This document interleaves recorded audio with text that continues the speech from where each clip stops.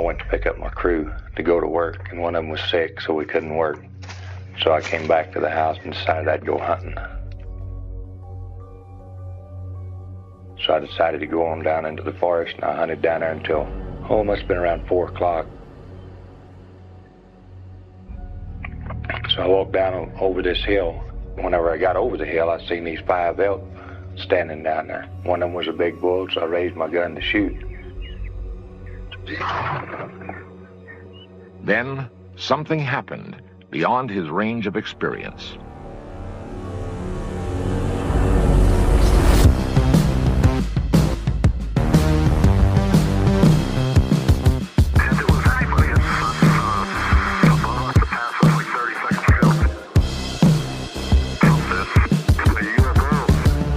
Howdy, folks, and welcome back to another episode of your favorite podcast, That Would Be Rad. We're a podcast that majors in 80s and 90s nostalgia, comic culture, all things paranormal, and minors in retro video games, tabletop RPGs, pre-internet mysteries, and raising our kids to be half as cool as we were back in the 80s. We're your hosts, Woody Brown. Oh, man. Man, not even around. Literally just a text just came in. Take it again. You can just say, and Tyler Benson, I'll fix it. And Tyler Benz. Hey, man, I'm glad that your head's in the game today. You're not going to cut. Not even You're a not text. going to cut that out, are you? Not even a text could distract you, which is interesting. Well, I want you to, for the rest of the podcast, I just want you to... Just mute up. Mute up, pal. Mm-hmm. Dude, that is, by the way, I know I mentioned it last time, but there's like Zoom bomber videos where people will just show up and then they'll just start telling like the moderator to mute up. They'll be like, hey, Carol, mute up. Mute up, mute up. Oh, man, it's so funny. No, I just got a kind of big news. Everything the text that just came through is my wife just bought us tickets to Stephen Wilson Jr. Oh, yeah. Yeah, she sent me the info, or she sent us the info last night. But guy. Yeah, we'll see. We're not going to talk about that. He is fantastic. So he is fantastic. Here's something that's interesting about today's episode. I know nothing about it. Well, that's what I was going to say. But coming off the heels of last week when we were talking about sci-fi movies and aliens and different theories and stuff, I don't know. I was just in the mood for an episode about an alien abduction. Now, 6 seasons in, I kind of feel like, my perception is, I should say, we've kind of talked about the heavy hitters, I mean, not necessarily like we haven't done a specific episode about Betty and Barney Hill, but we've talked about them. And, in a lot of ways, and I think I mentioned this earlier this season where it's just kind of like, do you do Roswell? Do you not do Roswell? It just feels, we've all heard it before, right? Mm-hmm. And I stumbled across this story. And honestly, the first thing I thought of was like, I cannot believe I've never heard of it. Mm-hmm. And as I started digging deeper and learning the story more and more and more and getting ready for this show, it's shocking to me. And when I mentioned it to Tyler, I was like, hey, man, this is what I think we should do this week because it just kind of like somehow the universe is sending this to us. Mm-hmm. Let's do this. And the first thing that Tyler said was like, man, it kind of feels like because of how lengthy this story is and how crazy and filled with like rad strangeness and stuff, like have we not really heard about it? I even went through, the typical books in our library here at the studio and tried to see if there was any other sort of, additional pre-internet information. In this case, is not in any of them, right? Which is strange. Mm-hmm. And then that being said, I was like, okay, is this some sort of like creepypasta? Yeah. But then I found some of the audio that you heard before, in the cold open of Mr. Carl Higdon speaking about his experience. So anything to add about this story feeling like we should have heard of it or anything like that? Yeah. I 100% think it's a Mandela effect. And it almost seems like we're getting access to this story because Tyler and I are actually from an alternate universe. And then we've just been thrust into this one that's close enough for us not to notice. But then things like this pop up and we're like, wait a minute now. Yeah. I also had another topic that I sent you last night that you didn't respond because you were in bed by 8. But probably. Did you read my text last night? No. Because this is another one that I'd never heard about.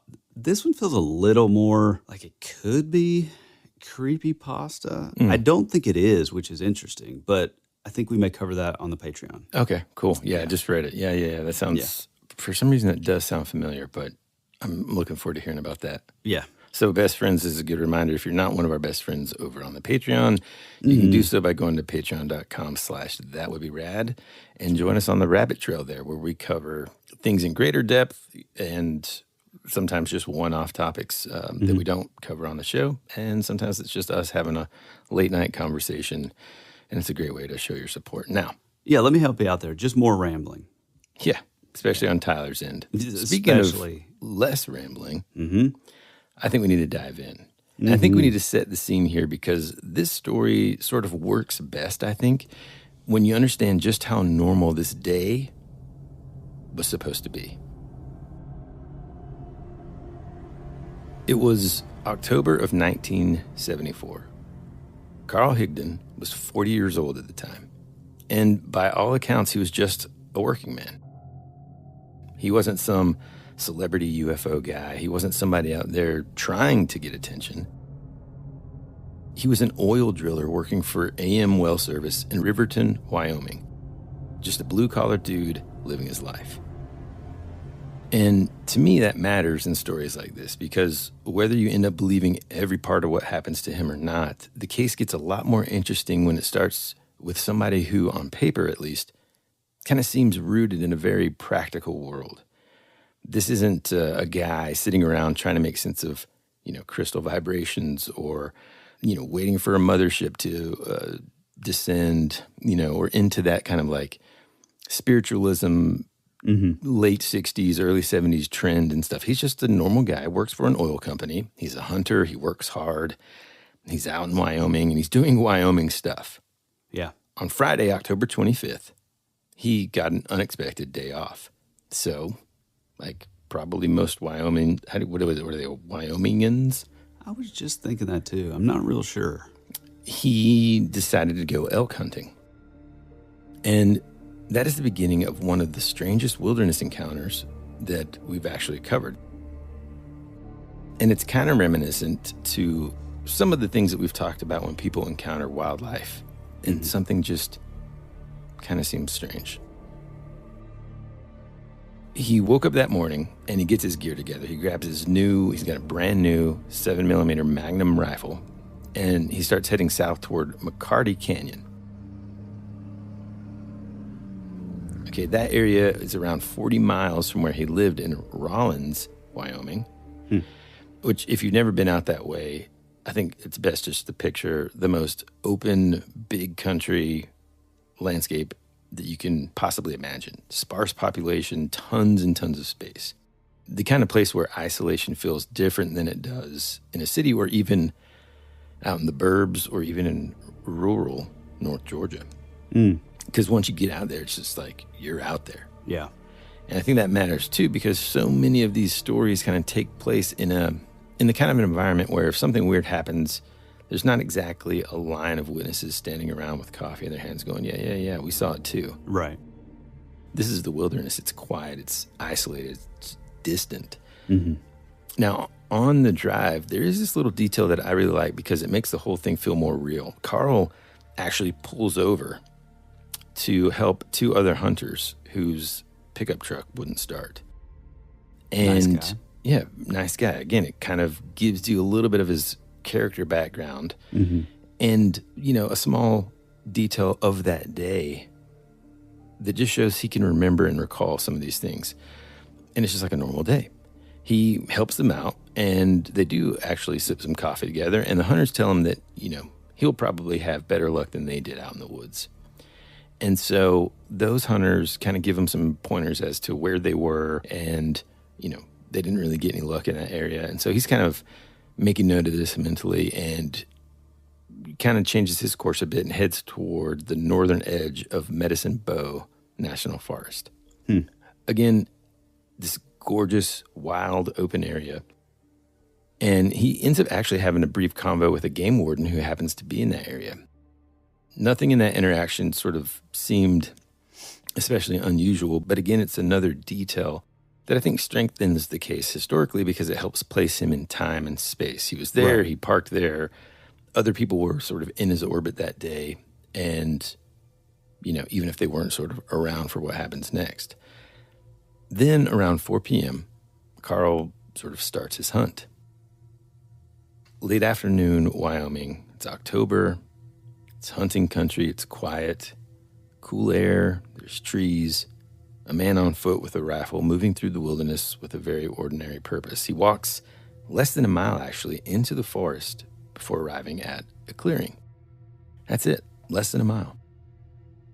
And in that clearing, he sees 5 elk just a few hundred feet away from him. Now, I'm not a hunter, but my relatives are, and you could just imagine that if you were in his position, you're like, all right, man, this is my moment. This is what I came here for. This is why I, came out here. I've got everything ready. This is it. I'm going to get me a nice elk. Mm-hmm. But this is when he actually notices the first hairline crack in the day. And that is that the elk are standing there completely still. Mm-hmm. Not just calm, not just unaware, but still. And that's one of those details that becomes creepier the more you think about it, because animals are usually doing something, right? They're shifting their weight, their tails are sort of wagging off flies that are on them, or they're bent down eating something from the ground, or they're looking around, or even reacting to wind or sound or scent, or even each other, right? I mean, especially wild animals. Yeah. There's normally some sort of movement, some life to the scene, but these elk, it's like they're there, just frozen. Mm. So Carl sees the largest male. He raises his new Magnum rifle up, and he pulls the trigger. And from Carl's point of view, this is just the next normal step in a hunting trip. But instead of the rifle firing the way it should, instead of that crack of the shot echoing through the trees and either dropping the elk or sending the whole group bolting into the wilderness, nothing happens the way that it's supposed to. And this really, dude, is the precise moment when, normal life stops in this story. Up to this point, everything's pretty normal. Normal day, normal morning. Hey, how you doing? Oh, you need some help? Cool, let's have some coffee. Hey, don't hunt over there. Maybe try this area. Perfect. Hey, game warden, nice to see you. I'm going to head out there. Perfect. Mm-hmm. Walks out there. 5 elk. They're chilling. But he pulls the trigger, and then there's nothing. No sound, no recoil the way you'd expect it. Just silence. And then the bullet leaves the barrel, but not like a bullet typically would. You never really see the bullet leaving the barrel. It's fast, invisible. This time, it's not fast. It's not invisible. He watches it travel forward in slow motion, just hanging there in the air like it's pushing through something thick, like time itself has changed. And it makes it about 50 feet out before it just stops. Mid-air. Like it hits something that you can't see, and then it just drops straight down into the snow. Now, dude, already, this is crazy, right? Yeah. Because, when you think about abduction stories or any kind of strange, wilderness encounters or something, you think of, there's a light in the sky, or I saw something weird at a distance, and all this. It's so strange. The elk, by the way, didn't move, not even a flinch. No reaction to the shot that didn't make a sound anyway. No reaction to the bullet. No reaction to Carl. Nothing. They're just standing there perfectly still.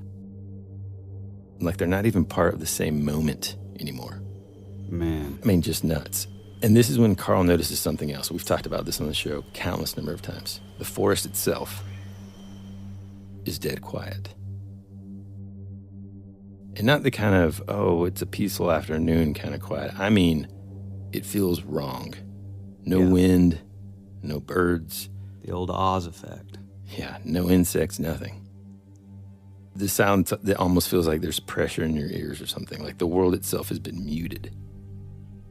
So at this point, Carl kind of walks forward. And this is kind of one of the things I love about this case. I love that he's just not immediately just terrified. Yeah. You know, I can't say that I wouldn't be. I think I would be more curious, almost unbelieving that happened. I'd have to kind of move forward a little bit to see what the heck was going on. Right. Maybe not after knowing this story, but, you know, in the moment, if I'd never heard of this, if I wasn't sort of tainted by this knowledge, I'd probably see, you know, like, oh, what the heck? Yeah. So he goes out and retrieves the bullet. But when he looks up again, that's when he sees it. This large, transparent box. It's sitting there on the ground, out in the open, like it'd been there the entire time. He describes it as about 5 feet high and 5 feet wide and 7 feet long. And he says it looked like glass. Perfectly clear, but not like normal glass because there's no frame, no supports, no real obvious way that it's constructed. And most importantly, there's nothing inside of it. It's just there. So is he saying like, and this is on behalf of the listeners, is he saying like it looks like an empty glass frame or just like a solid like you would hold like a crystal or a diamond? Yeah, no, like it like a empty glass frame. Like there's nothing inside of it. Almost like imagine like just this empty glass sort of box, clear box. It's just out there. And it's like 5 feet tall, 5 feet wide, and then 7 feet long.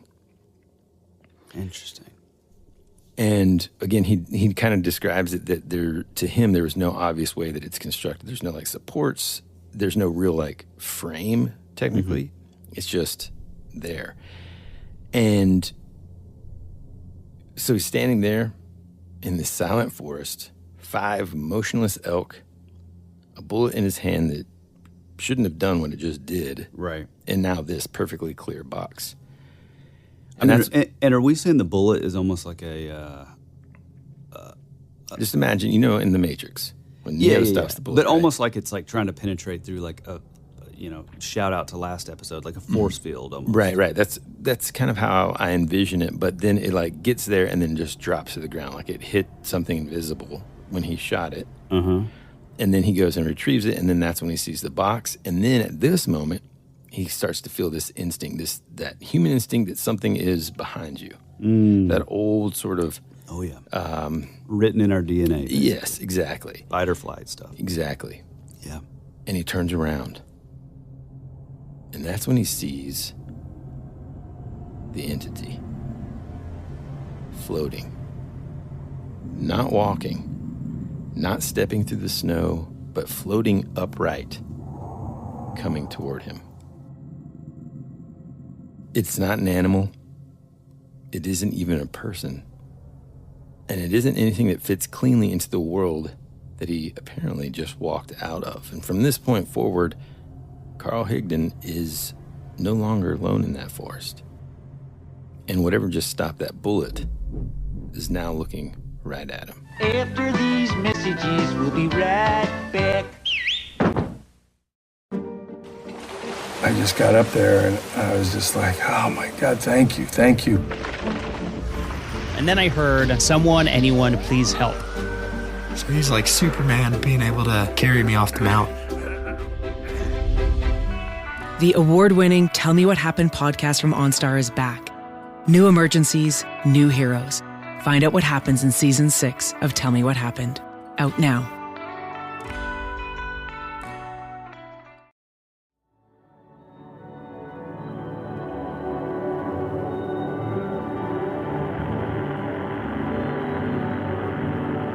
There's something out there waiting for us.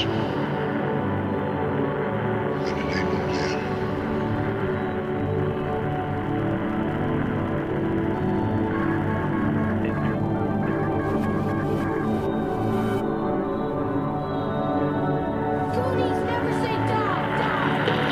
Hey, this is Woody. And this is Tyler. And you're listening to That Would Be Rad. And now, back to our show.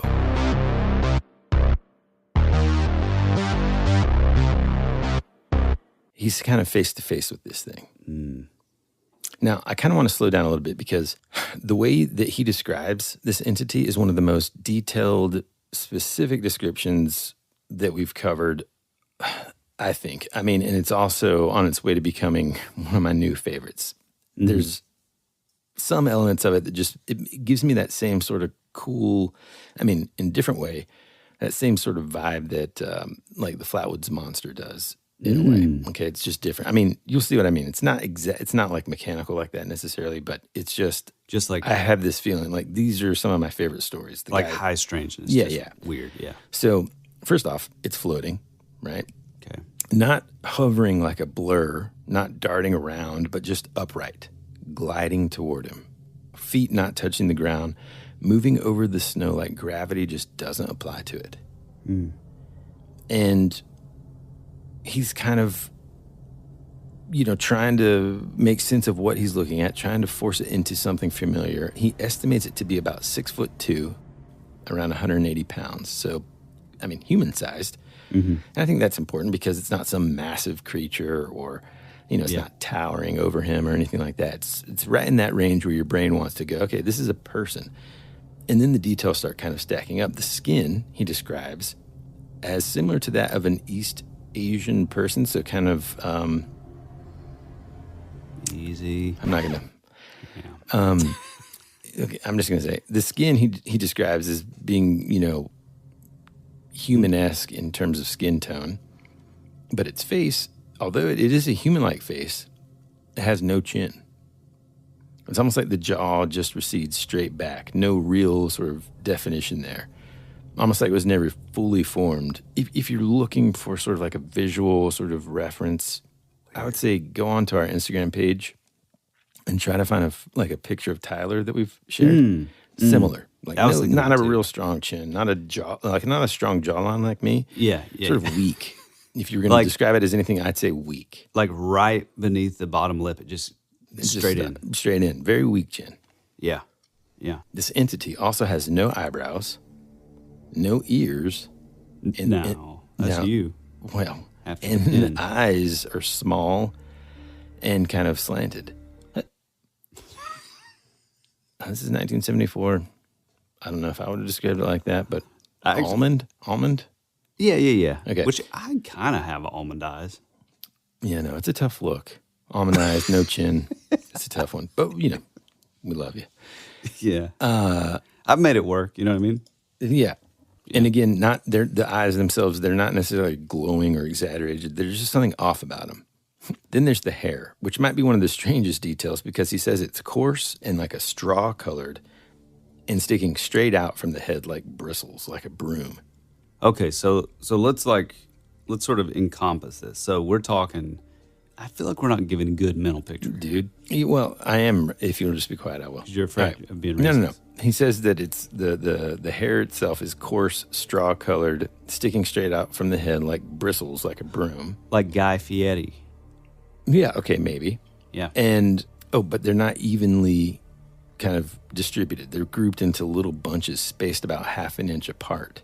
Huh. And then on the top of the head are two rods, like antennas, just extending upward.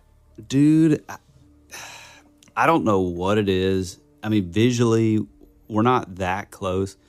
But again, I think it's because of this high strangeness, which, like what you just said before, is so awesome. There is something, for some odd reason, that my mind goes to Sam the Sandown Clown. Yeah. And hold on.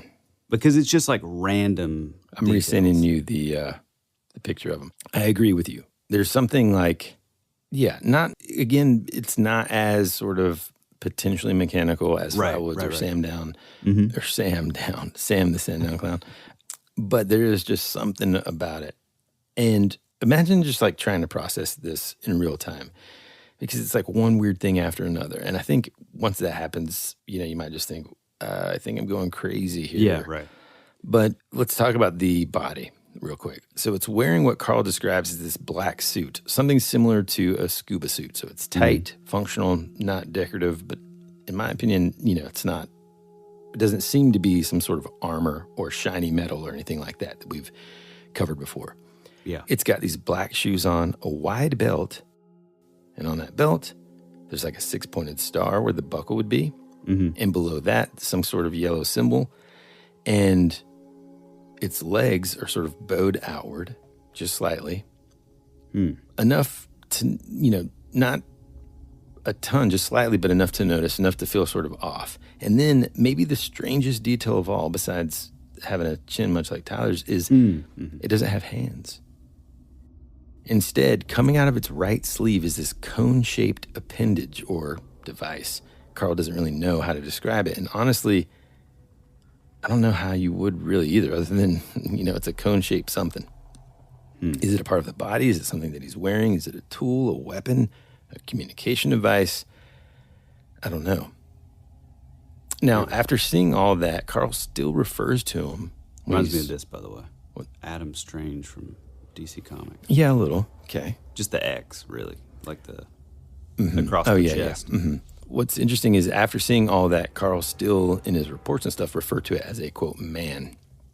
And so which that kind of tells you everything you need to know about what his brain is doing in that moment, which is trying to make it fit into...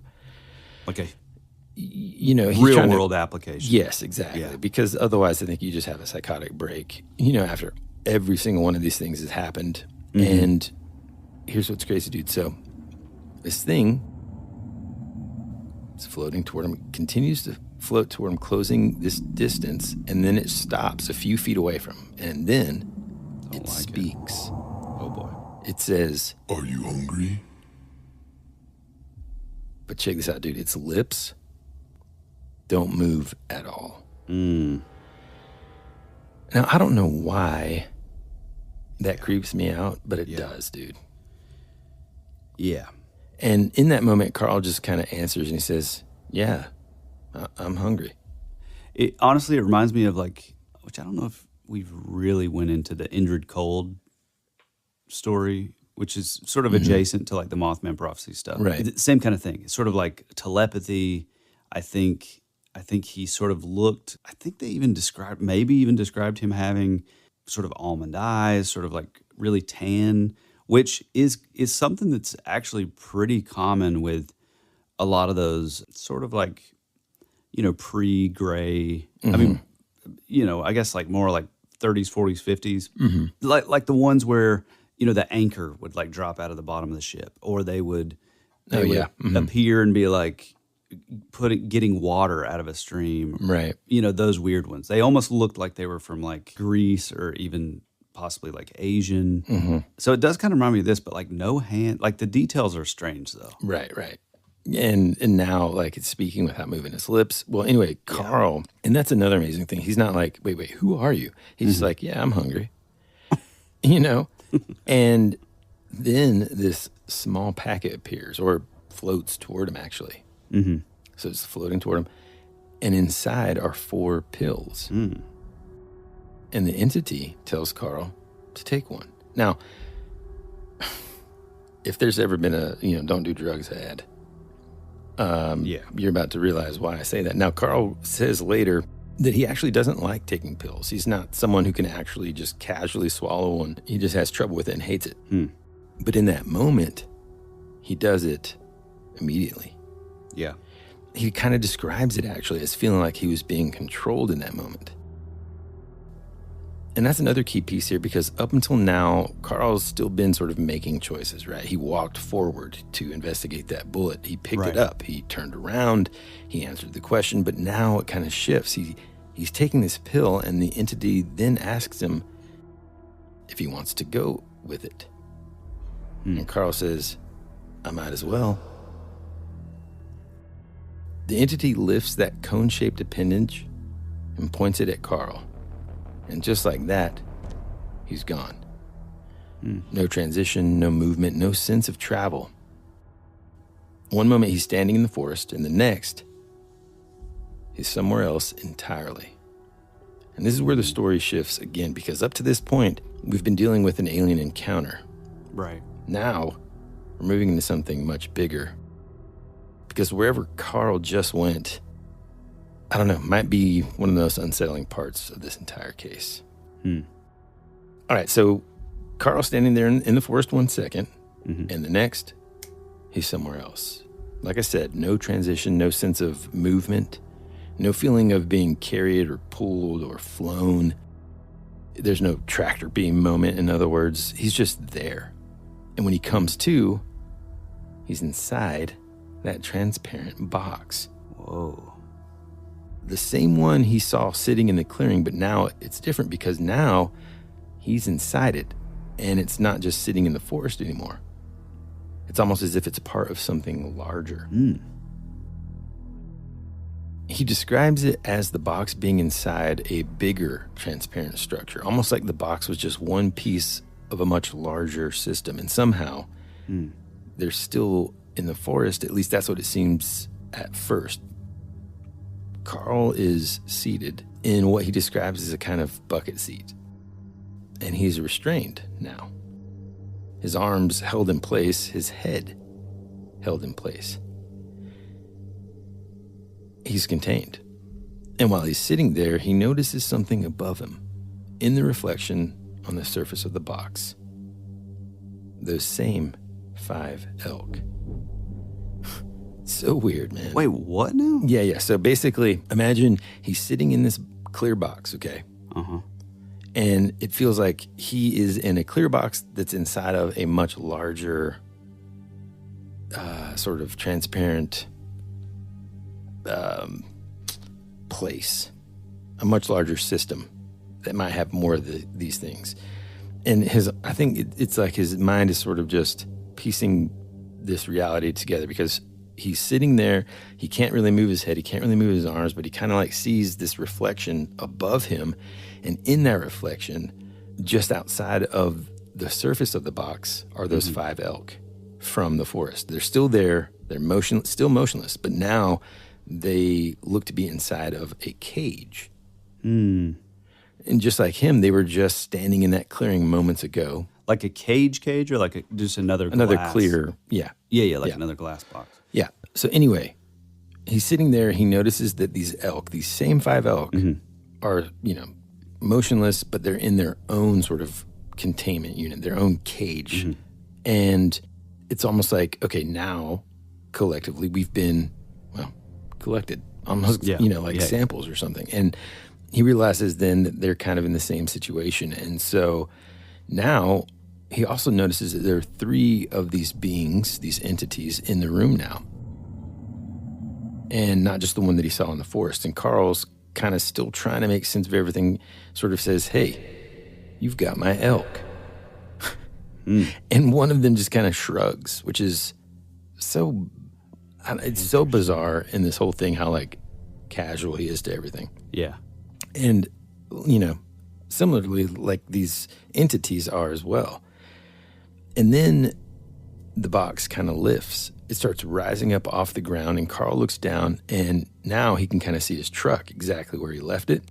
And then sort of one of the beings waves its hand, and the truck disappears. At this point, he's not even looking down at the forest anymore. He's sort of almost looking down at the earth. He describes it as this blue ball and almost like a huge marble just hanging there far below him. And then the beings tell him that they're going home.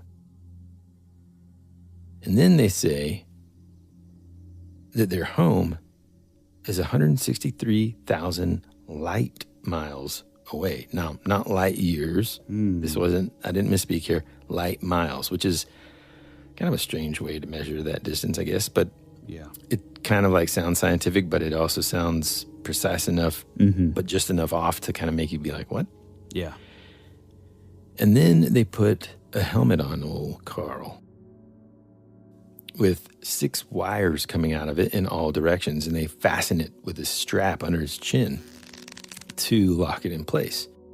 And then everything goes black. And then suddenly a light, a very bright light. So bright that he says that it burns his eyes and makes them water, forces them to close. And once again, the environment shifts because when Carl opens his eyes, he's no longer in the forest. He's not in that box the way he saw it before. But he's somewhere else entirely, and he's standing looking out through another transparent surface into something that doesn't even look like a place. What he notices in front of him, again, doesn't really look like anything that you can easily describe as like a room or even a ship or even a planet. He says that there were no visible walls, no ceiling, no clear edges to the space, just this massive open environment, almost like he's standing inside something, but also not. And in the distance, there's this structure, a tower. And the way Carl describes it is actually kind of, perfect really, because he compares it to the Space Needle in Seattle, which is so specific that I think it helps us all sort of visualize what he's seeing far, far away. Tall, narrow, wider at the top. And then at the very top, there are these lights rotating and moving around it. And that's kind of what is drawing his attention to it. That's the focal point of this place. But then he looks down, and this is where it kind of gets unsettling, because below that tower, he sees people, like humans, adults, children, just standing there talking like as if they're having this casual conversation, like nothing about this is strange. Yeah. We'll return after these messages. The world moves fast. Your workday, even faster. Pitching products, drafting reports, analyzing data. Microsoft 365 Copilot is your AI assistant for work. Built into Word, Excel, PowerPoint, and other Microsoft 365 apps you use. Helping you quickly write, analyze, create, and summarize. So you can cut through clutter and clear a path to your best work. Learn more at Microsoft.com/M365 Copilot. Protein is now at Starbucks, and it's never tasted so good. You can add protein cold foam to your favorite drink or try one of our new protein lattes or matcha. Try it today at Starbucks. This episode is brought to you by Redfin. You're listening to a podcast, which means you're probably multitasking. Maybe even scrolling home listings on Redfin, saving homes without expecting to get them. But Redfin isn't just built for endless browsing. It's built to help you find and own a home. With agents who close twice as many deals, when you find the one, you've got a real shot at getting it. Get started at redfin.com. Own the dream. Your little one grew 3 inches overnight. Adorable. Also, expensive. Sell their pint-sized pieces on Depop and list them in minutes with no selling fees. Because somewhere, a dad refuses to pay full price for the clothes his kids will outgrow tomorrow. And he's ready to buy your son's entire wardrobe right now. Consider your future growth spurt budget secured. Start selling on Depop, where taste recognizes taste. Payment processing fees and boosting fees still apply. See website for details. Are you stuck staring at your W-2? Are tax refund worries holding you back? You probably have FOMO, the fear of messing up. The fix? Using TurboTax on Intuit Credit Karma. They find every credit and deduction to help you get every refund dollar you deserve. Or your money back. It's time to overcome your fear of messing up and get your taxes done right. Start filing today in the Credit Karma app. This episode is brought to you by Palmolive. Family time isn't just the big moments. It's weeknight dinners, sitting around the table, everyone talking all at once. So when the plates are empty and the sink is full, use Palmolive Ultra. Palmolive's most powerful formula removes up to 99.9% of grease, leaving your dishes sparkling clean. And the new convenient pump makes cleaning even easier, so you can spend less time tackling dishes and more time together. Shop now at palmolive.com. With Sam's Club, you have the freedom to shop your own way. Curbside pickup? Delivered to your doorstep? Come in and grab it yourself? Yes, yes, yes. They've got plenty of options. Your call. Say yes to shopping the way you want. Join now at samsclub.com/yes and. You must be 18 years or older to purchase a membership, and membership is subject to qualifications. Visit samsclub.com/yes and for details. Life is full of choices, but the choice between getting crispy chicken nuggets or a Crunchwrap Slider isn't one you'll have to make. The new Crispy Chicken Crunchwrap Slider at Taco Bell. All white meat chicken nuggets, breaded in tortilla chips, wrapped up, sauce and all, inside a slider-sized Crunchwrap. Choose from creamy chipotle or jalapeno honey mustard. Well, there we go. Life, still full of choices. The new Crispy Chicken Crunchwrap Slider. A brand new classic. Only at Taco Bell. At participating U.S. Taco Bell locations for a limited time and while supplies last. Chronic migraine is 15 or more headache days a month, each lasting 4 hours or more. Botox, onabotulinum toxin A, prevents headaches in adults with chronic migraine before they start. It's not for those with 14 or fewer headache days a month. It prevents on average 8 to 9 headache days a month versus 6 to 7 for placebo. Prescription Botox is injected by your doctor. Effects of Botox may spread hours to weeks after injection, causing serious symptoms. Alert your doctor right away, as difficulty swallowing, speaking, breathing, eye problems, or muscle weakness can be signs of a life-threatening condition. Patients with these conditions before injection are at highest risk. Side effects may include allergic reactions, neck and injection site pain, fatigue, and headache. Allergic reactions can include rash, welts, asthma symptoms, and dizziness. Don't receive Botox if there's a skin infection. Tell your doctor your medical history, muscle or nerve conditions, including ALS, Lou Gehrig's disease, myasthenia gravis, or Lambert-Eaton syndrome, and medications, including botulinum toxins, as these may increase the risk of serious side effects. Why wait? Ask your doctor, visit BotoxChronicMigraine.com, or call 1-800-44-BOTOX to learn more. Ever feel like your brain just won't click? Onnit Alpha Brain is a daily supplement engineered to support memory, focus, and mental speed. Made with science-backed ingredients, Onnit Alpha Brain helps you lock in, tune out distractions, and stay sharp. See what your brain can really do. Visit onnit.com and shop Alpha Brain to unlock your next level. That's ONNIT.com.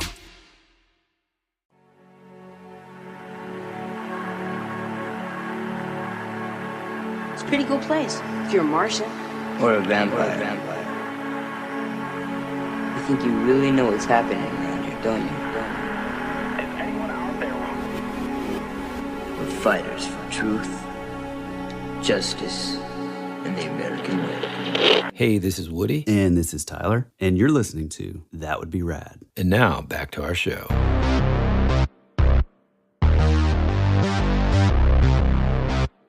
Again, like he's seeing these people, and it's just, I don't know, to me, unique. In a lot of these sort of like quote-unquote abduction cases or something like that, you never really hear about them seeing a bunch of other people all in the same sort of, I don't know, environment, right? Mm-hmm. You know, sometimes I think maybe, I don't remember if the guy from Fire in the Sky noticed other people. Or if I'm just remembering that from the nightmares after having watched that movie when I was like 14. I think in the movie they alluded to it, like when they're in those like pod things. But I don't know if in the initial, like his initial story, I don't know that he saw other people. Yeah, because then it's like if you're in that same situation, you're thinking like, okay, who are these people? Where were they taken from? Did they agree to go? Yeah. You know, all of that. So before he can even start to process any of that, he again is moved. And two of the entities, including the one he first saw in the forest, come up beside him. Mm-hmm. And then they start to kind of guide him forward down this long walkway. And just like them, Carl is now floating. Not walking, no steps necessary, just kind of floating along with them. And they lead him to this doorway. The door doesn't just kind of swing open, it doesn't slide, it just lifts, like it rises upward. And then they take him inside into this large room. And now it kind of starts to begin to feel like he's there for a reason. As he gets in there, there's this, right in front of him, there's this panel or shield that drops down about 4 feet by 8 feet, he says, and it just lowers in place. And then after a moment, it lifts back up into the ceiling, and that's it. No explanation, no visible scan, no obvious interaction with him, no sort of like, it's just down and then back up. And then one of the entities approaches him and delivers kind of what might be the most important line in this entire case. The entity says, "You're not what we want. We'll take you back." And that's it. There's no elaboration, no clarification, no second chance, just, you're not what we want. And again, kind of in comparison to other abduction cases, going back to Travis Walton, since we just brought him up, you've got these instruments, almost like torturous, even though maybe that's not what it's not torture that's intended, you know, it's just more like sort of like harsh medical environment, you know, that most of the time, heck, I think if you're looking at a surgery and the person's, you know, out because of anesthesia, it still looks like intense, you know, and there's all these instruments and it just seems very, I don't know how to, what's the word I'm looking for, dude? Like not mechanical, but like, you know, just sort of like there's no emotion involved. It's not like very procedural. Like that's perfect. Yeah. It's like this is surgery or this is like right. Yeah. And there's all these like things, and that's kind of what makes it scary for us. But in this case, it was just like this panel just comes down and then goes back up, and then that's it. He got rejected, basically. Well, one of the things that I do think is interesting about, and I'm going to go into like a little more in depth at the end, but one of the things that is interesting about these cases from like the 60s and I guess kind of into the 70s too, is they'll explain, I mean, not that he did exactly this, but they'll explain a lot of times like if they've been taken aboard a craft and then they talk about like, you know, any sort of travel, it's almost like the entire ship sort of disappears. So like they're able to see like a full 360 view of like how they're traveling, which is interesting because I used to think, oh, well, this is, you know, as a kid in the 80s and 90s, like this is obviously some sort of advanced technology and they're able to like, you know, sort of like a cloaking device. They're able to like turn their ship invisible so you can get a full view of your surroundings. But as I've gotten older, I think maybe it's less about being like glass or like translucent and more about that quote that came from like the head of Skunk Works where he says, you know, they say, you know, what, like how would you, you know, possibly, you know, he had the quote in his, and we need to really go over this, but basically the head of Skunk Works, which is sort of a military defense contractor of the United States, like heavily advanced. You know, we glean a lot. Our government, our military gleans a lot from them. But he did a conference, like the head of it, I can't remember his name, and he said, like, you know, we've figured out a way to take E.T. back home. And I remember. And then at the end, you know, now they're much more well-known researchers. I think this was in maybe the late 70s, early 80s. But they kind of like track him down and they're like, hey, like, you know, tell us more about that. And he's like, no, let me ask you a question. What do you know about ESP? Yeah. And they're like, oh, well, you know, I mean, it's like extrasensory perception. It means this. And he's like, there's your answer. And so I think it's less about this like technology, like being able to allow you to see through the ship and maybe the fact that it's not even a ship at all. Yeah. Maybe it's just like some sort of construction that they're creating. And I mean, it's a lot easier to create something that's like, if you were building this into someone's mind. Right.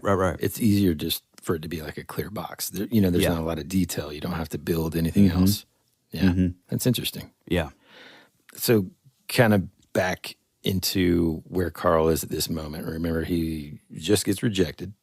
And the being said, you know, after they said, you're not what we want, luckily they say, we'll take you back.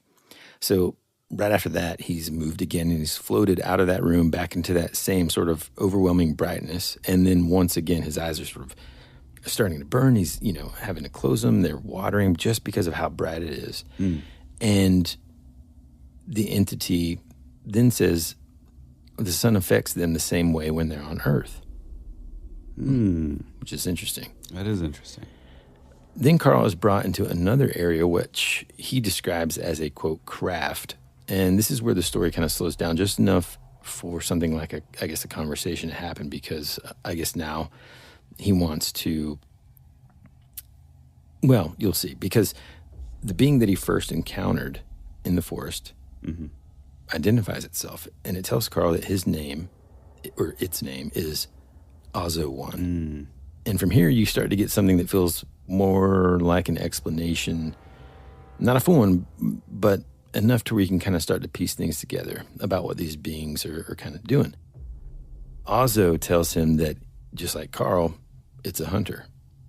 And Ozo explains that their kind has been coming to Earth for many years, And what they're doing here is collecting fish, animals, and turning them into those pills. Whoa. Each pill, it says, feeds one of them for 4 days. Like, basically like Soylent Green. Mm-hmm. Wow. And so remember, like, Carl had one of those. Mm-hmm. Which, if we learned anything from... Well, we're going to get there. Okay. And, I mean, we had to. So, anyway, Ozzo explains, why it feeds them. Ozzo says their ocean turned yellow and all the fish died. And he shows Carl what he describes as a map of his planet. And Carl notices that the symbol on Ozzo's apron seems to match that map. Almost, or I say at least partially, which suggests that the symbol isn't just, mere decoration. It means something. It represents something to them. And also explains that their solar system has 9 planets, and that those planets supply the, quote, magnetic force for their power. Then he examines Carl's rifle. He looks at it, he studies it, and says he would have liked to have kept it, but he's not allowed to. And then Ozzo tells Carl that their kind wears black to protect themselves from our sun, which kind of loops back to what we said earlier about like sort of like the lighter skin complexion and stuff, and about the light and how the sun affects them as well. And just as quickly as this conversation seemingly began, it ends, because the craft passes through what Carl describes as this dark void, and suddenly he can see the forest again, sort of back where all this started. And then Ozzo tells him one more thing. It says it will, quote, see him. Not goodbye, not this is over, but we will see you. And then Carl is no longer inside the craft. He's outside, floating, being lowered back down toward the ground. Which, honestly, that's actually a fairly common thing, too. Like, we will see you.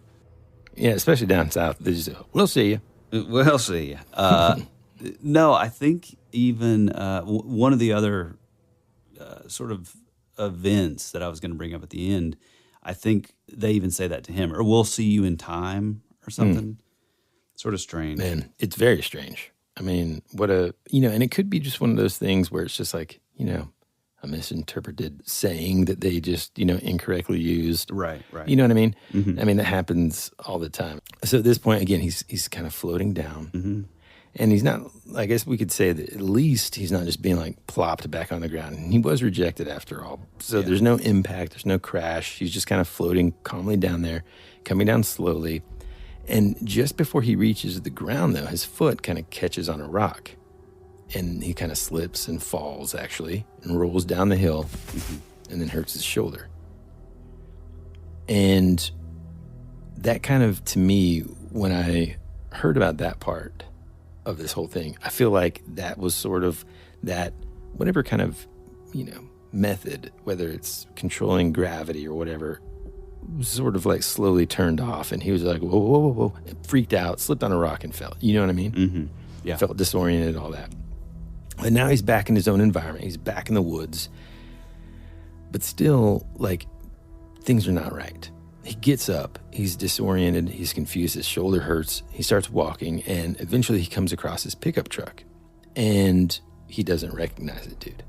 So real quick, he's just, like, appeared alone. Everything's gone, and he's just trying to make his way out of the woods. Okay. Exactly. Yeah. Kind of like a Travis Walton. Yep, exactly. Yeah. Except for not running, like, because wasn't he like running and his buddies were like, we found you, let's go, and then just peel out of there? I think they found him. Maybe that's what like, it is. Okay. Like shivering and like panicking, kind of. Yeah. So he gets to his truck and it doesn't look familiar to him. He's got like no connection, no memory tied to it. It's just a truck. But he goes inside and he's just kind of sitting in there. And I feel like maybe he just does so sort of because he doesn't remember it being his truck. He might just be like, maybe this is someone else's. He just feels like he needs some shelter, something safe, comforting. Yeah. And then he starts to hear voices coming from the CB radio inside. At this point, he kind of figures out how to use the CB radio. And again, it's almost like he's coming out of this like cloudy sort of dream state, you know? Yeah. Where he's still kind of disoriented, not really. You know how it is when you wake up from a deep sleep. Oh, yeah. That feeling of reality is just weird. Things are just weird. Mm-hmm. And he finally connects with someone on the CB, and it turns out to be his boss, this guy named Roy Fleming. And Roy is trying to make sense of what's happening, and he's just sort of asking him basic questions, like, what's your name? Where are you? And Carl can't answer. Now, does Roy know that he's like... I don't think he knows at this point if it is Carl. He's like, who is this now? Oh, right. And Carl doesn't know. Okay. He's like... Disoriented. Disoriented, doesn't know his name. Yeah. He says, I don't know. I'm so cold. And Roy just kind of keeps trying to get information out of him, trying to figure out where he is. Mm-hmm. And Carl says that he's in a pickup with a funny stick in the middle. Which is weird because I guess, that funny stick being the gear shift, he doesn't even know what that is. And, 1974, he's probably driven a stick shift his entire life. Mm-hmm. And he's just like almost this connection to this knowledge has been like severed, for a minute. Right. And it's slowly building back, but it's just a strange feeling that he's, that's got to be like really, really weird. Mm-hmm. Now, while all of this is happening with Carl, while he's sitting in his truck, he's confused, he's cold, unable to tell his own boss his own name. There are things already kind of moving on the other side of the story because back home, something kind of feels off. Carl's wife, Marjorie, gets home from work around 4 p.m. And almost immediately she says she has this uneasy feeling. Not just kind of like this, oh, he's late, but something just deeper, something instinctual, like she needs to get to him. Mm-hmm. Now, not long after that, she becomes aware of the distress call coming from the CB radio. And at the same time, Roy Fleming, Carl's boss, he also knows something's wrong. He kind of realizes this is Carl. And in that, he knows that Carl isn't just he's not just turned around or lost. Something's really, really off here. He doesn't know what's going on. So this sort of search effort gets organized. Again, this is back in the day when they didn't have a GPS device that you could ping your location to somebody. Right. This is a guy who doesn't even remember his own name or what a stick shift is used for. Trying to describe to people where he is. And he just thinks, he's just like, I'm cold, I'm scared, I'm in the woods, don't know. Mm-hmm. So the county sheriff, the guy named Charles Ogburn, puts together this search party. Mm-hmm. And he's got a deputy sheriff with him and 4 local hunters, people who know the terrain and people know what they're doing out there. Reminds me of in Rambo First Blood. Okay. That sheriff's department. These guys know the lay of the land. Right. And Marjorie, his wife, isn't sitting this out either. She calls her friend Marilyn James and Marilyn's husband, and he drives them out there in his truck to help search. So you've got multiple groups heading out into the same area trying to find Carl based on really limited information. And did you say that, do we know how many days or anything, how much time it passed? Same day. Oh, That's same what's day. weird. Yeah. So even at 4 p.m. when he is first going out there to hunt, now he left early in the morning, but 4 p.m. on this same day is whenever he was around the elk and all that kind of stuff. Mm-hmm. So she just had this strange feeling. Yeah. Okay. Anyway, they're all headed out there, but the conditions, they're not that great. The roads are kind of muddy. The terrain, of course, is difficult. The sheriff's team is actually having trouble even getting into the area where they think Carl might be. Mm-hmm.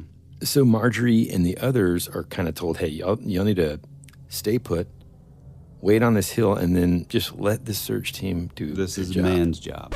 Yeah, okay. And then it is the 70s. Right. They're like, ladies, go make some sandwiches. If y'all could just get on back, we're gonna have some hungry men in just a little bit. Yeah. I can imagine that definitely going down. Yeah. And so this is where things start to get kind of weird again, because as they're sitting there, probably mad because they were told to go, bake some bread or something. Oh, yeah. They're waiting. Time's passing. The tension is building. And at one point, Marilyn says she feels the truck moving. What? just slightly, but enough to notice, enough to feel off. And then she sees something. Marilyn actually points up in the sky and says, there's a star moving in the sky.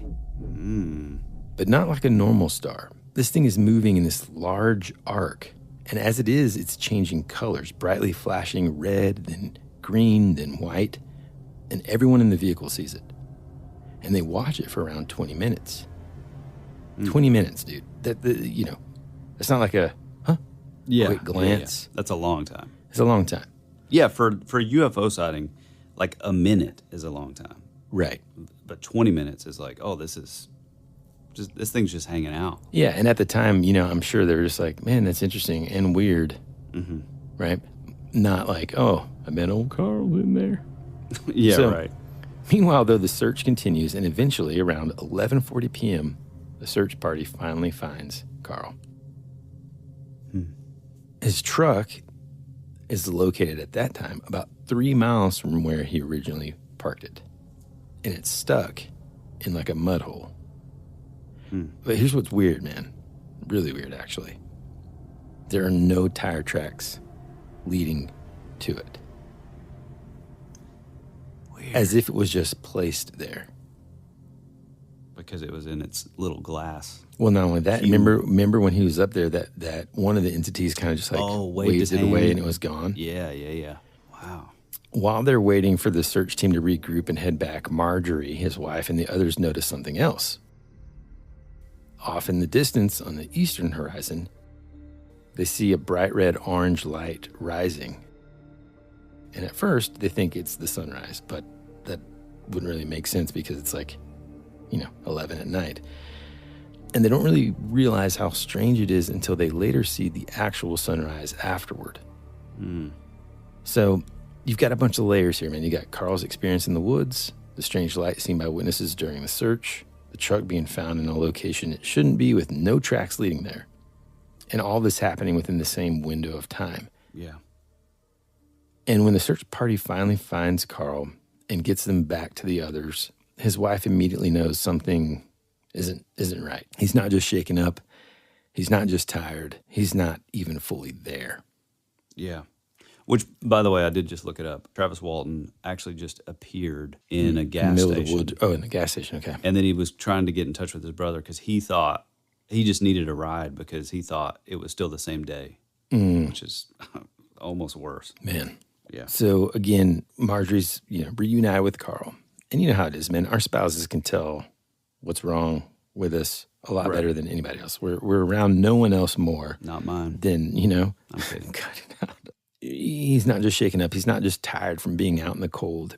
He's just not there. Like, he's present physically, but mentally, it's almost as if he's somewhere else entirely. He's having trouble talking.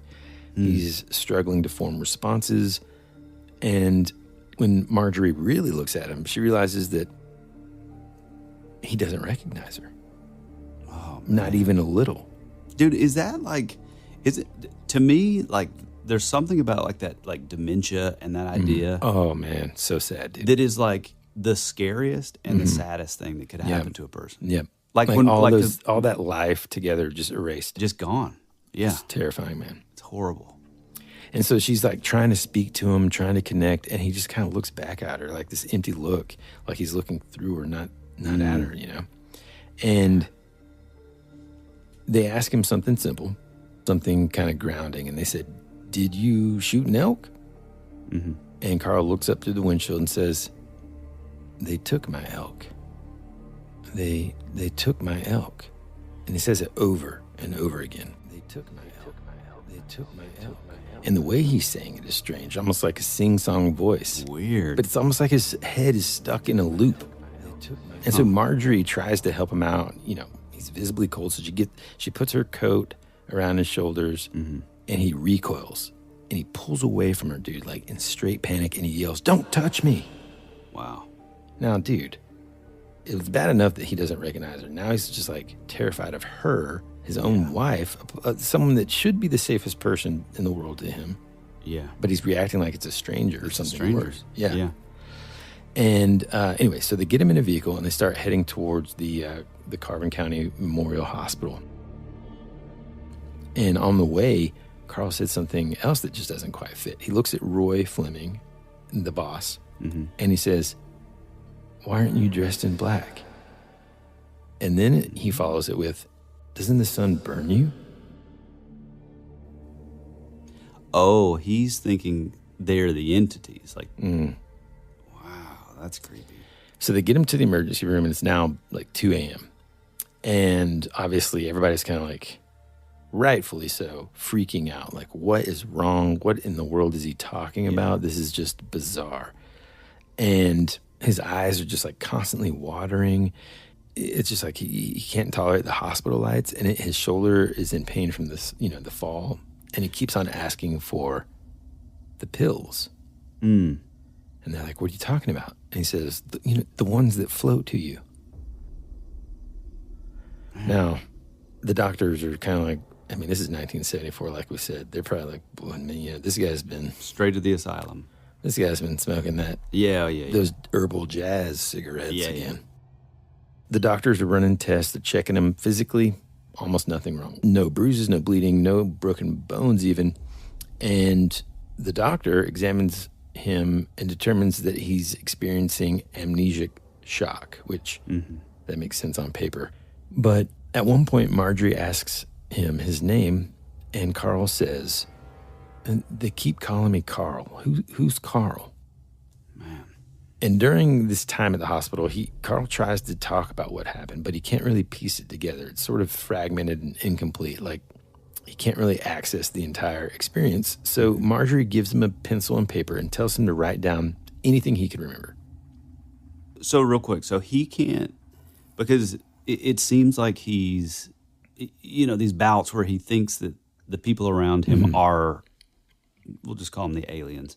Okay. But is even that sort of scattered, or is that part of his memory? I think it's everything is just kind of coming in waves, and everything's just, he's so disoriented that he can't maybe differentiate, but also he's just, so she's just like, "Here, write down everything as it comes to you. That you can remember, yeah. Yeah, that you can remember."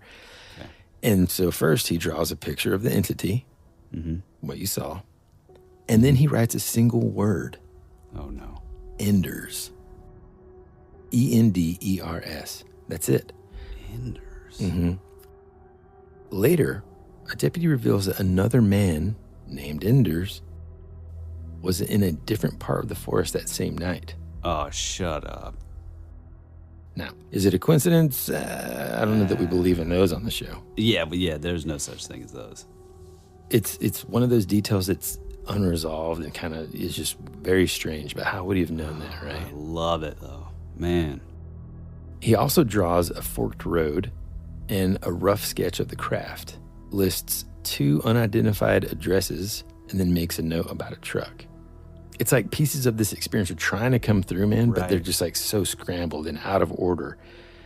And so the addresses are like just random Earth addresses? Yeah. Okay. And after all this confusion and stuff, finally he's released from the hospital on the morning of Monday, October 28th, just a few days later. Okay. And it's like, okay, on paper, that could be the end of it. Man goes missing, man is found, man recovers. But that's not what happens, man. And that's the reason why I love this.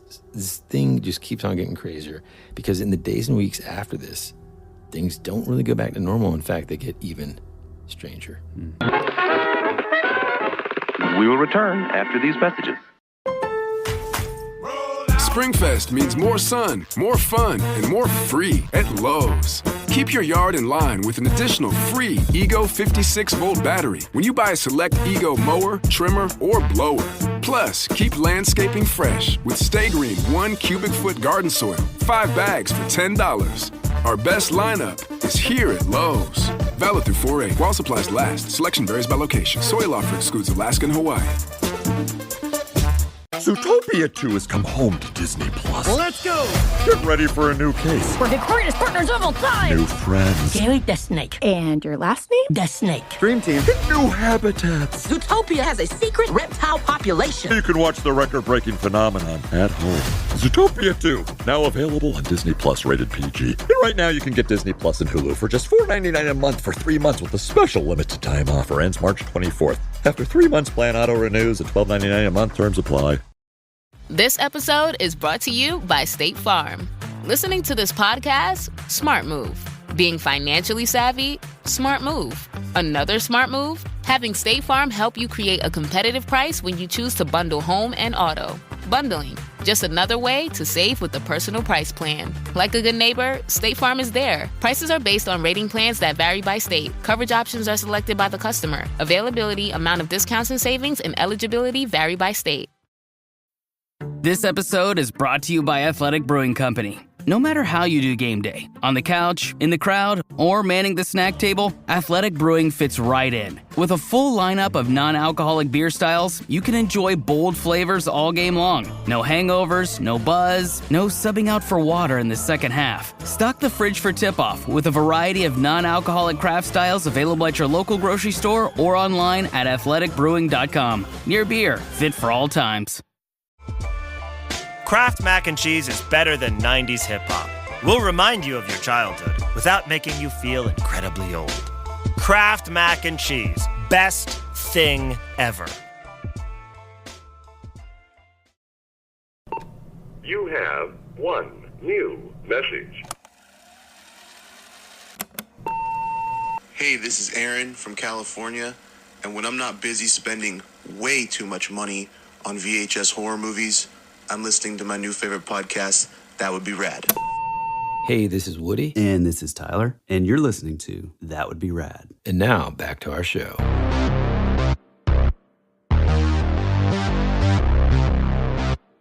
All right, first let's talk about the medical side of things, because we're going to talk about a mix of physical anomalies, outside investigation, and sort of ongoing contact. Okay, first the medical side.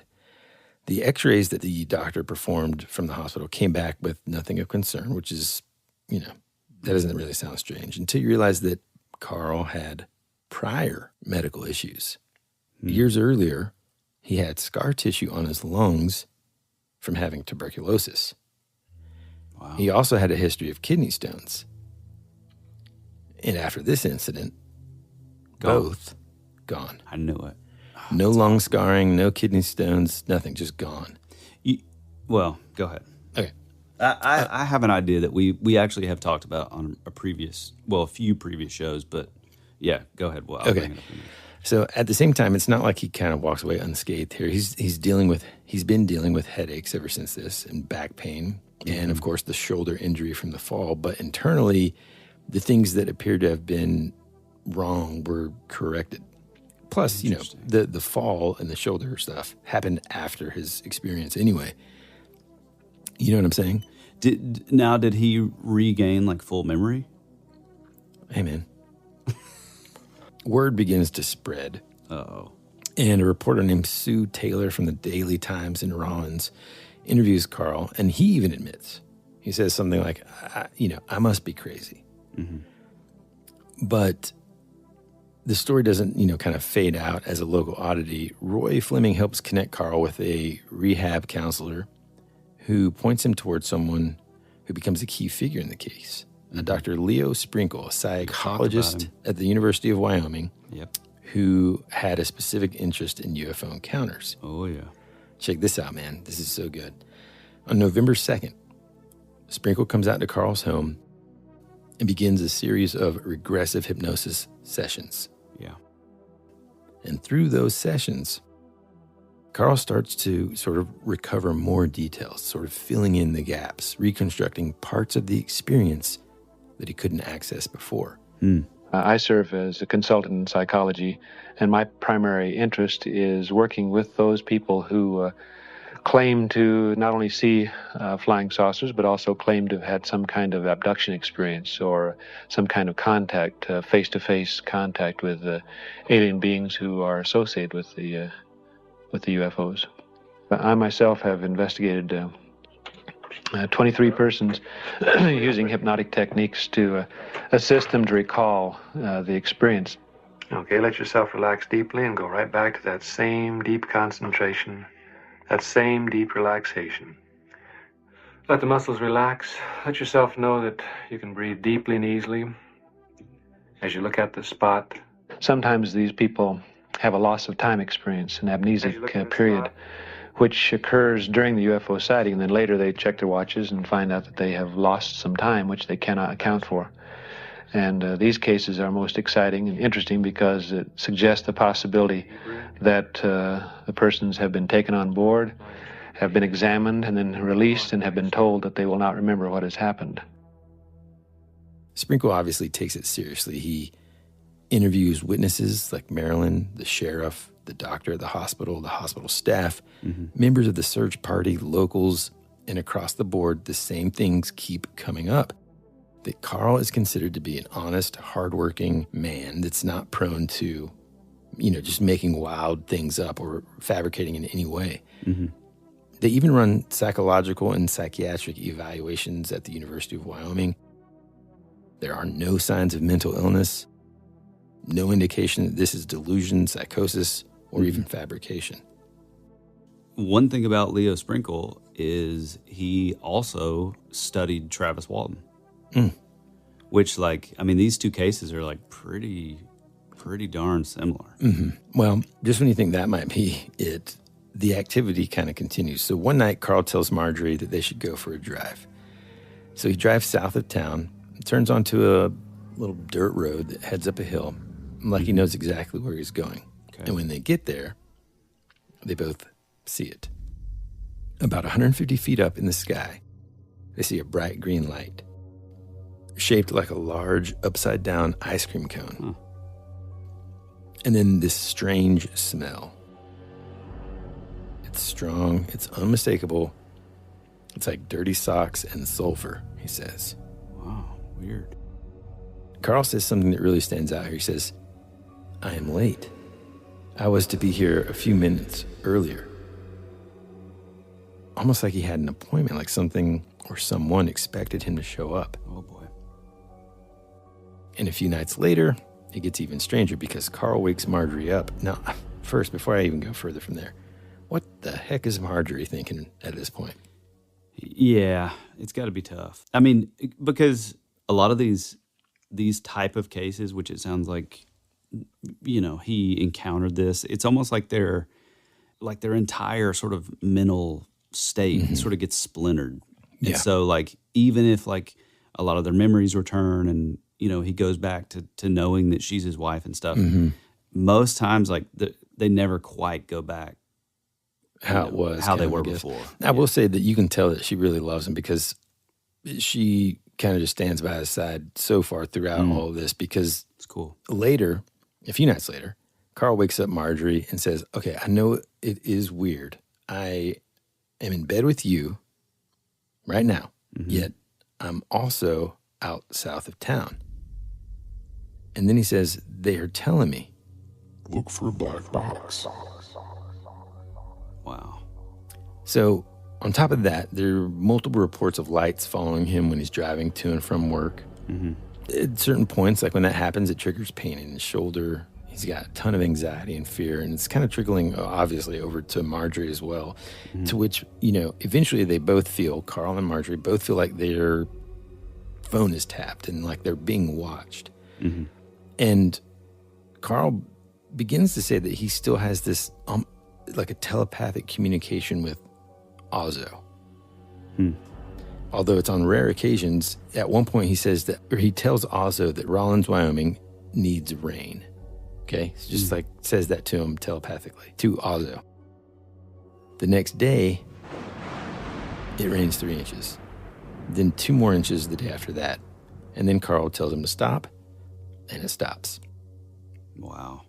Now, you can kind of take that for however you want, but it just adds another layer to what's already it's just like thing after thing after thing after thing on this case. Yeah. Well, Carl, Don, Marilyn, and Don is Marilyn's husband, so they're friends, and a couple others return to the site of the original incident together, just trying to find something, anything.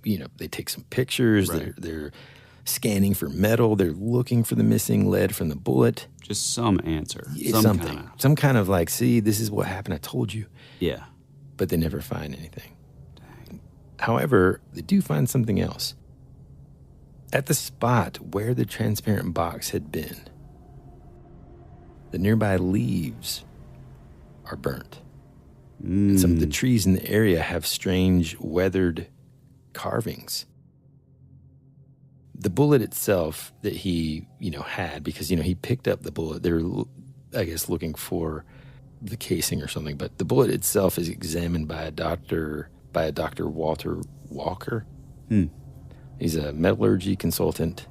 Okay. And in his conclusion, he said that it hit something hard enough to turn it inside out. Wow. The bullet is later examined again at the University of Wyoming, and then eventually it disappears from a secure safe. Of course. Smithsonian. I knew you were going to say it. So at this point, Carl Higdon's story is already like one of the strangest abduction cases on record. Yeah.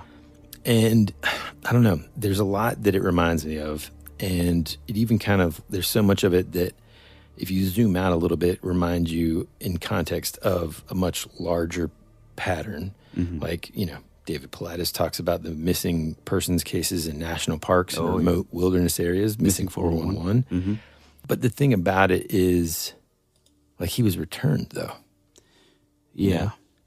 And it's like, according to Paulides, for example, there are hundreds of these cases, right, where people are found in places that don't make sense. Yep. So it kind of draws that parallel. Well, and also the thing that's big with the missing 411 stuff is usually, say they send out dogs or they send out, these massive search parties. Well, then the person will show up, sometimes alive, sometimes not alive, but it's almost like they were dropped right on the path that these people would have clearly seen, like right in the middle of the walkway kind of thing. Right. And more of that stuff, too, of the truck with no tracks kind of thing. There's some of that stuff within some of these cases as well. That's true.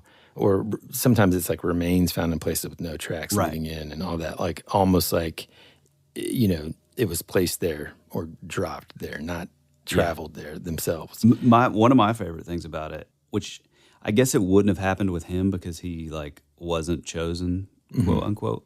But one of the really interesting things is usually when they are returned alive, I guess dead too, they'll have like their underwear inside out or both socks inside out or their shirt inside out. So it's almost like whatever is taking these things or whatever is taking these people and like, whether it's testing, whatever it is, it's like they don't understand like the specific details that like, oh, this is how you put a shirt on as a human. You know what I mean? So it's like these little details. It's like they miss because they're not, they're not of us. This world. Yeah.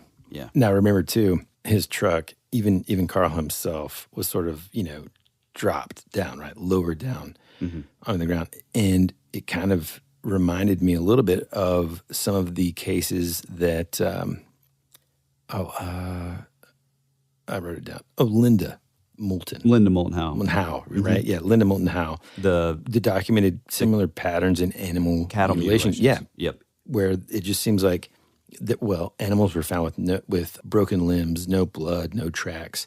Yeah. Disturbed soil consistent with impact from above. Again, as if they were dropped. Yeah. Yeah, it is interesting because I'm sure it's also happened to humans where they found similar things. But like with the cattle mutilation stuff, it's like it's almost like they care. I mean, I say they sort of anecdotally, but like whatever is doing this doesn't really care. It's like they've done their test. They've taken out samples of like the rectum and reproductive organs and eyes and like all the blood is drained from them, and then they'll just drop them from like a mile up in the air kind of thing. Jeez. Which, jeez. I'm trying to, it's not funny. No. But at the same time, yeah. What a thing. What a way to go. Okay, and so there's that aspect of it. And then there's that weird sort of like, okay, they almost like scanned him, but then for some reason didn't want him, right? Now, right. Why didn't they want him? Well, Carl actually has a theory about that. Oh. He thinks that it maybe had something to do with the light affecting his eyes at first, but later he comes to a different conclusion, which is he believes that because he had a vasectomy. Oh, wow. That he wasn't, I guess, viable or not viable, but he wasn't able to reproduce, and so they were just like, "No, dude, that's pretty safe. awesome. I'm safe."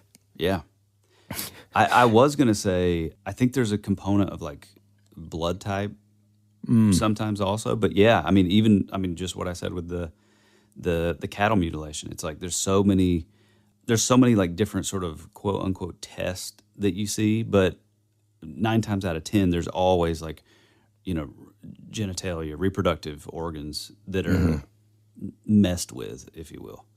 Right. So yeah, that's pretty awesome. Yeah.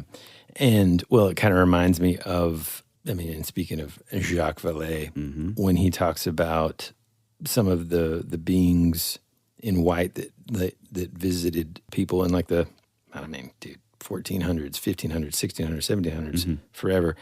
And, these beautiful sort of women dressed in white would come down and then like take men, procreate, and then drop them off. Yeah.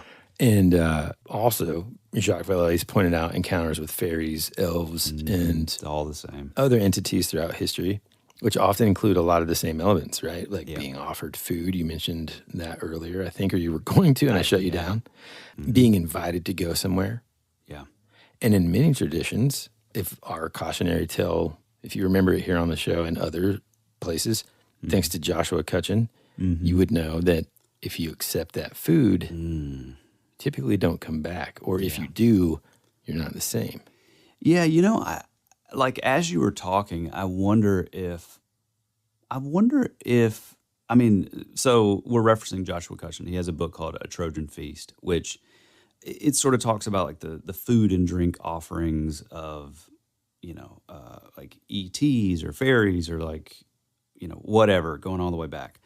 I do wonder if there's, it almost acts like in like a transactional nature. So it's almost like, because with a lot of this stuff, which, it's funny that I've come full circle, but like, I do think there's a lot more sort of possibly like demonic, possible like fallen angel stuff, like sort of masquerading as these different things. But a lot of sort of the ritualistic stuff gets, is tied in with like consent. And so like you look at things like, Clay will know this, but like a term revelation of the method or these sort of elite groups where they have to, that's why a lot of people believe that Hollywood or even, government agencies and stuff, it's like they'll push things like in movies or media or entertainment or news. And by us watching this thing or us buying a ticket to this movie in this weird way, it's almost like that's us giving consent to then that thing to happen to us in real life. And so I wonder if that's still playing on the consent idea of like, oh, you're taking this food offering and therefore now they control you.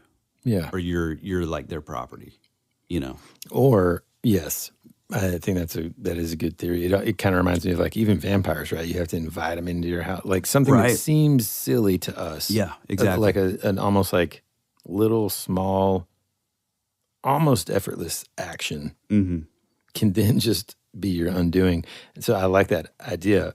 Another idea though is maybe by ingesting a part of their world. You know what I mean? It's like it's impossible. Yeah. Which is crazy. I do like, remember, okay, so Carl was offered, quote, food through that pill that, feeds him for 4 days. Hope he likes seafood. Yeah. That's interesting. And what if he's just like got a terrible shellfish allergy and they're just like, here you go. They want to help him. And he's just like, and they're just like, I bet he's going to love 4 days worth of, shrimp scampi. Mackerel. And then he just like starts swelling up and they're like, never mind, we don't want you. That's the real reason. Yeah. He's got like a shellfish allergy. They're like, we ruined him. Oh, man. Anyway, he was offered the food. He takes one, and he went with him. He did come back, though, but not entirely unchanged, you know? I mean, it's not like I think what we would think of when we think of like things like the Trojan Feast. And by the way, in case you're wondering about the title Trojan Feast, it's not just because Joshua Cutchin loves Greek mythology, which he may. It's more that, you know, like a Trojan horse. The Trojan horse, yes, being the feast and the play on that, which is really cool. Yeah, it's almost like a delivery mechanism, whether it's metaphysical or physical or whatever, by consuming the food or drink. I mean, another thing about this whole case, if you look across like other UFO encounters, you see some similar patterns, like entities floating instead of walking, like in Pascagoula. Creatures moving in unnatural ways, like the goblins, the Kelly Hopkinville. Distance measuring that kind of seems weird, like light miles instead of light years. And in other cases, like there's this one, the Italian abductee Pier Fortunato Zanfretta. Where the beings describe their origin in ways that don't make scientific sense at all. That's the one where he was like a security guard or a cop? I think so, yeah. So anyway, when you read Carl Higdon's account from start to finish, it's kind of hard to escape a conclusion here. And there was something about him that disqualified him. And for whatever reason, they sent him back home. But then if they hadn't, if that test had gone differently, then Carl Higdon might not be a story we're telling today. It might just be a missing persons case, another 411, another name on the list, another mystery in the woods. It makes you think, like, how many people before have been sort of, quote unquote, rejected? There's all this stuff, the physical evidence of this case, the strange stuff that the other people in the vehicle, like his wife and their friends, saw, independent of what they knew what was going on, right? So you've got these multiple witness accounts. It really kind of altogether kind of makes me think of that connection with the 411 stuff, missing hunters, unexplained disappearances, bodies found in impossible locations, even the animal mutilation stuff and encounters with entities offering food. I think all in all, it kind of ends up being, I don't know, one of my favorite cases we've talked about, man, because there's just so much to it. I'm still kind of amazed that we've never heard this. Right. As you were talking, this reminded me of one of our favorites. We've referenced it like numerous times in the show, but it's of a guy named Joe Simonton in 1961. He basically, I mean, it's kind of a sort of a funny story. This happened in 1961. He was 54 years old. He was a plumber who lived in Wisconsin. And he was at home washing dishes, and he heard something like screech, like almost like a car sort of spinning out or speeding off or whatever. And he said he looked out the window and he sees a large shiny metal object coming down just like an elevator, he says, which I think that's interesting that he says that. But he says he races out to see what it was. It's, classic 1960s silvery craft, brighter than chrome, he says, shaped like two plates or bowls inverted on top of each other. And it rested 30 feet above his driveway, which is awesome. And he says the craft didn't touch the ground, but seemed to hover. Just above it, Simonton saw a hatchway open, just like the trunk of your car. A small person, about 5 feet tall, appeared in the hatchway. Simonton described the person as looking swarthy like an Italian. His face was completely hairless, and Simonton couldn't really see if he had hair on his head due to a tight-fitting, almost like a shower cap. Yeah, almost, Simonton estimated the saucer man's weight at about 120 pounds. The saucer man, I love that he keeps calling him the saucer man, said he motioned by tipping his head backward and making a motion as if drinking water. Then he handed Simonton a metallic tureen or bowl with two side handles. Simonton said, I looked in his eyes and it was so penetrating, I had to look away. He said he carried the object into the basement of his house, filled it with water from the pump down there, and then returned to the craft. Simonton said he leaned against the craft, steadying himself on it with his left hand and handed the tureen up to the man. In a conversation 3 days later, after the event, with Judge Franklin Carter, a local man with an interest in UFOs, who actually he's the guy who reported the event, Carter asked Simonton to show him the hand he used to steady himself against the alien craft. Carter reported seeing no burns or redness. Carter had heard of people who had been close to UFOs and had been affected by radiation, which is a great point because that's what I was going to say. Sounds like his eyes like watering because you remember the story. I can't remember where it was, but it's like the two ladies. I think a kid's like they were, or one of them was like a kid in the back seat's aunt. Yeah, and they saw the UFO and like. It was almost like they had radiation burns in their eyes from looking like it. And then like the dashboard had like melted. Oh, yeah. I think that this comes from like whatever the craft is doing for like, or using for propulsion. So whether it's atomic or radioactive, I think that's what causes these like sort of adverse effects on people. But he says... when Simonton brought the water out of his house, he says he avoided looking the saucer man in the face until he got up close. When he looked at the being, he said he had the same look in his eyes, a very penetrating look. He said he felt like the man in the saucer could see right into him, like he could read his mind, which, again, just like this thing, this guy was like communicating in his mind. He noticed two more beings inside the craft. All three were dressed identically in what he described as one-piece tunics with no buttons or zippers that I could see, but with a hood up over the head. It looked like black jersey material. The saucer person who had asked for the water had a white strip running down one leg of his pants, which Simonton took to be an indication of higher rank than the other two.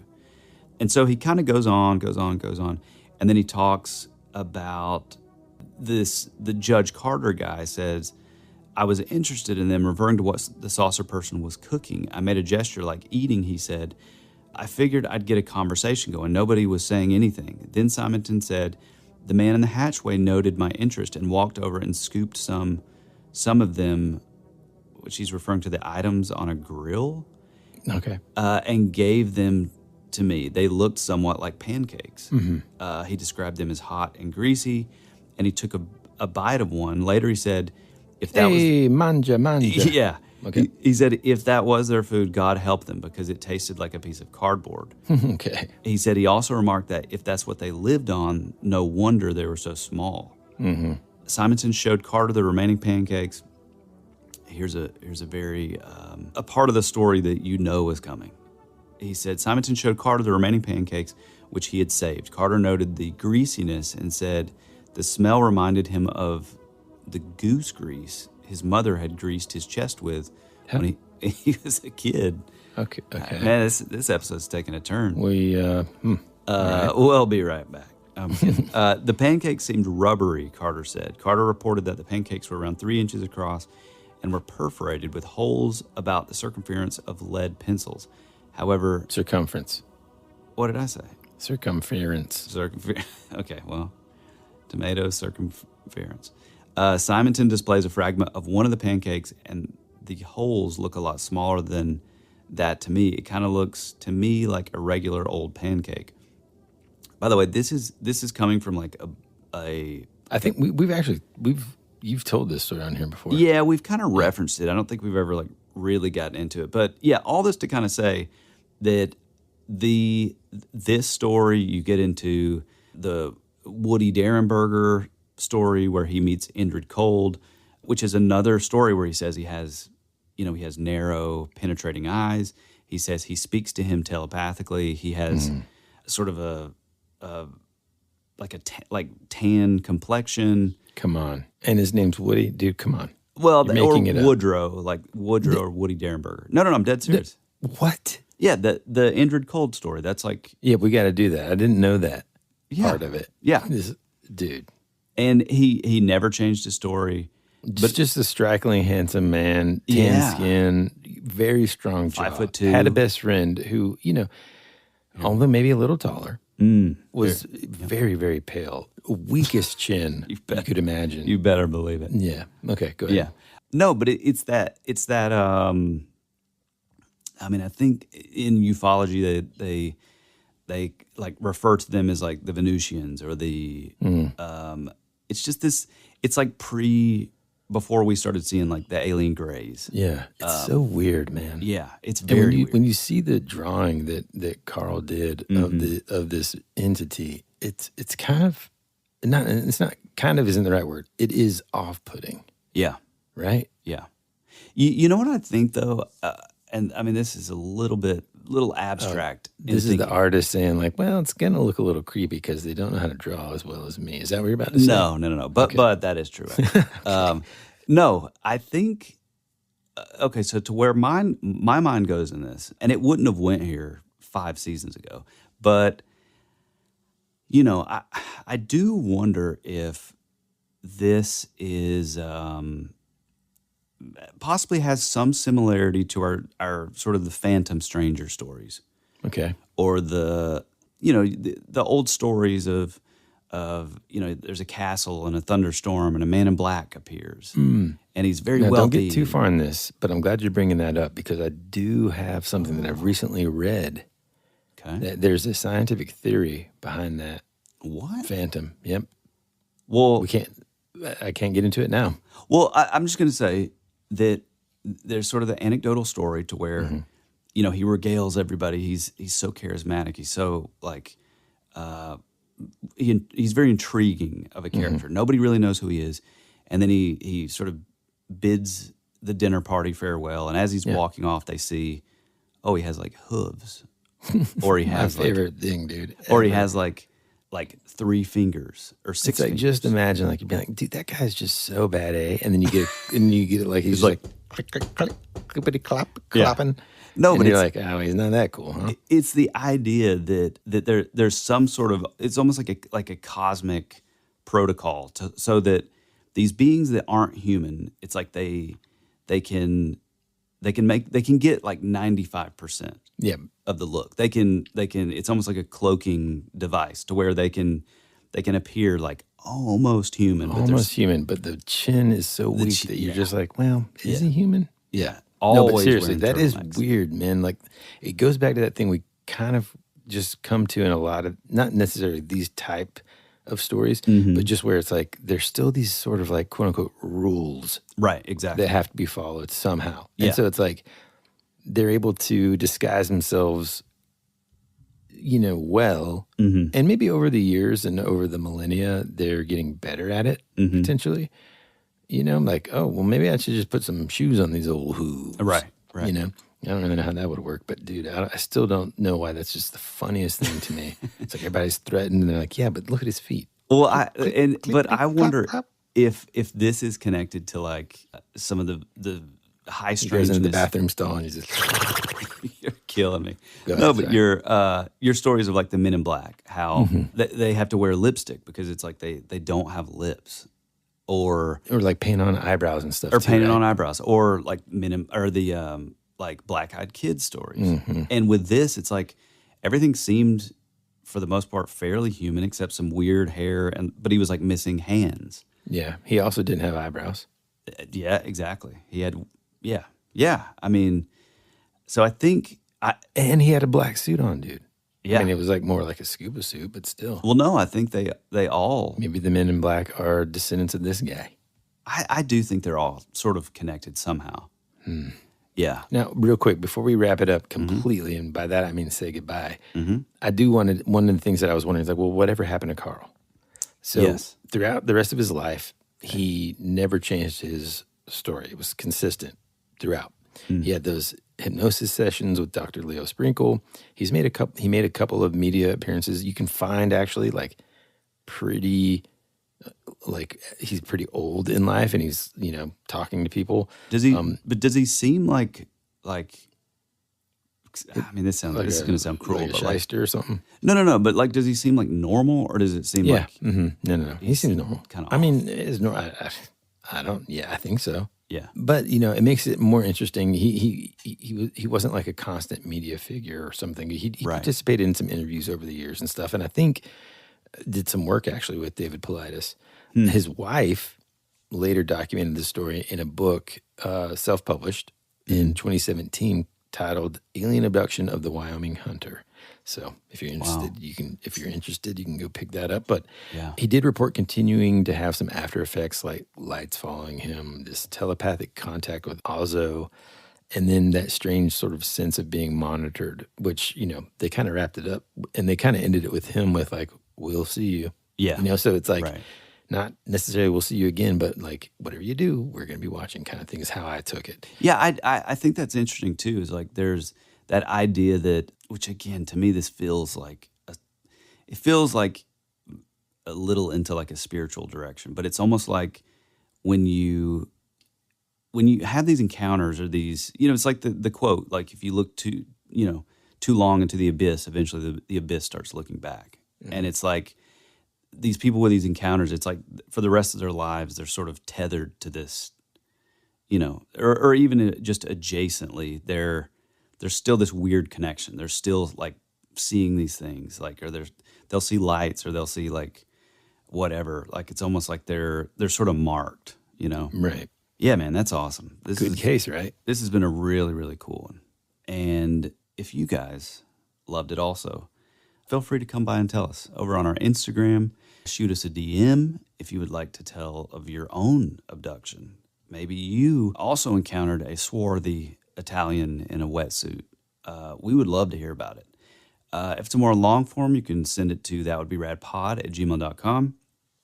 And if you're brave enough to become a part of That Would Be Rad history and leave it in your own voice and possibly show up on a future episode, you can do so by hopping over on our website, thatwouldberadpodcast.com, by using the voice memo feature. Also, I know I've been harping on it lately, but we got to pump those numbers up. I need to hear some little bumper, I don't know, what would you even call them? Like, just like little transition pieces.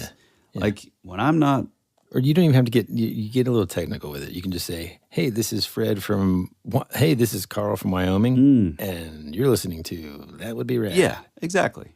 Yeah, do that. That would be awesome.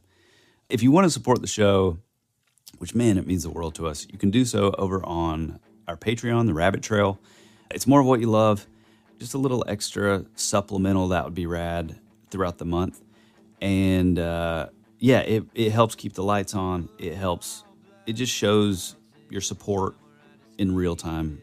And it just means the world to us. We can't thank you enough for that. Tell that friend about the show. Leave a 5-star review if you have the time. It really does help. I can't think of anything else. Got anything else, Woody? I think that's it, pal. All right, pal. Well, we love you. We appreciate you. And as always, be rad. That's the way it goes.